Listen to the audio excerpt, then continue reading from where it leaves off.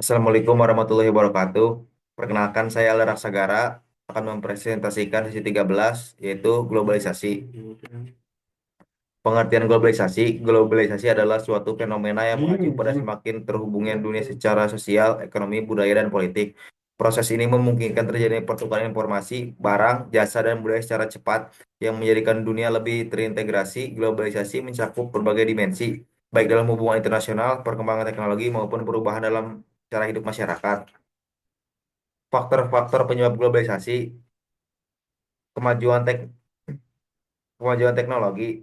Kemajuan teknologi terutama dalam bidang komunikasi dan transportasi yang memungkinkan pertukaran informasi dan barang yang lebih cepat dan efisien. Perdagangan internasional. Perdagangan internasional liberalis, perdagangan dan kebijakan ekonomi yang memudahkan arus barang, jasa, dan modal antar negara. Investasi asing. Investasi asing adalah penanaman modal dari luar negeri yang membantu mempercepat pembangunan ekonomi di negara-negara berkembang.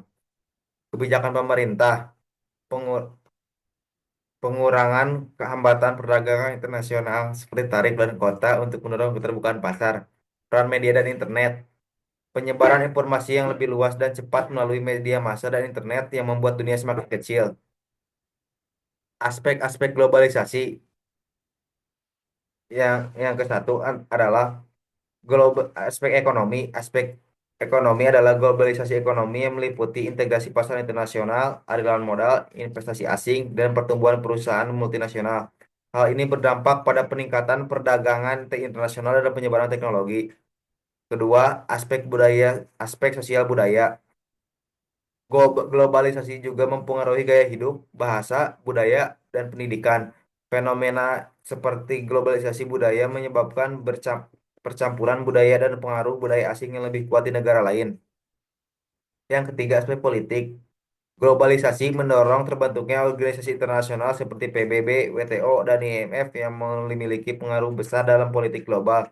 Juga terjadi perubahan dalam kebijakan pemerintah yang lebih terbuka terhadap kerjasama internasional.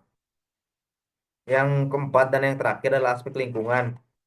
Dampak globalisasi terhadap lingkungan termasuk perubahan iklim yang diakibatkan oleh industrialisasi serta tantangan dalam pengelolaan sumber daya alam yang semakin terbatas. Kemudian dampak positif. Dampak positif globalisasi membawa banyak dampak positif di antaranya. Yang pertama, peningkatan ekonomi. Mempercepat pertumbuhan ekonomi dengan meningkatkan perdagangan internasional dan investasi asing.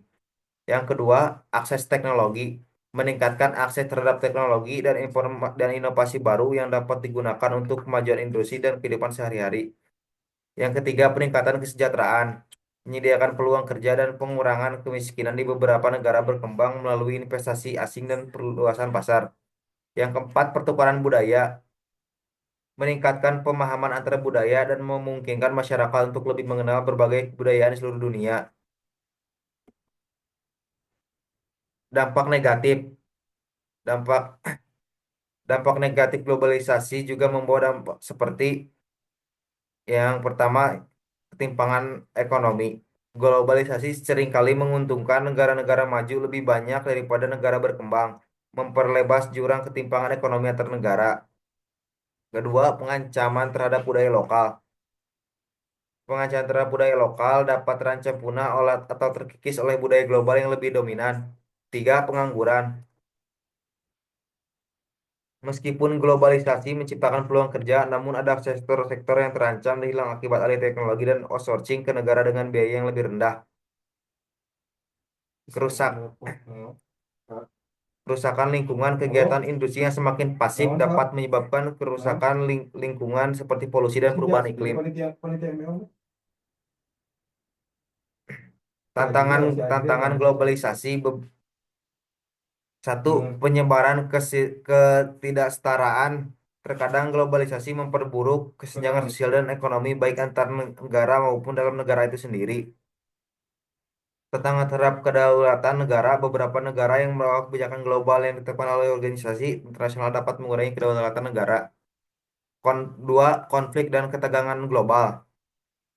Globalisasi dapat meningkatkan ketegangan antara negara-negara yang besar, terutama yang berkaitan dengan perdagangan, politik, dan budaya.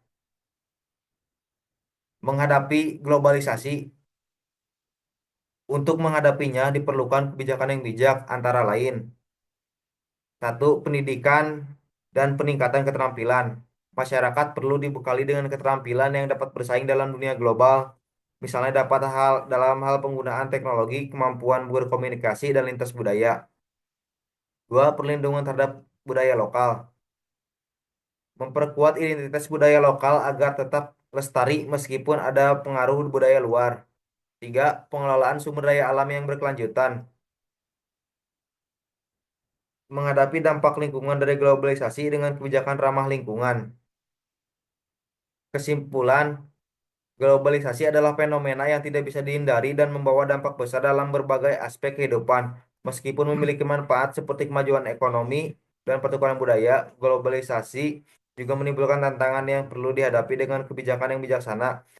Pengelolaan yang tepat akan memaksimalkan manfaat globalisasi sekaligus mengurangi dampak negatifnya. Penut- Sekian dari saya. Terima kasih.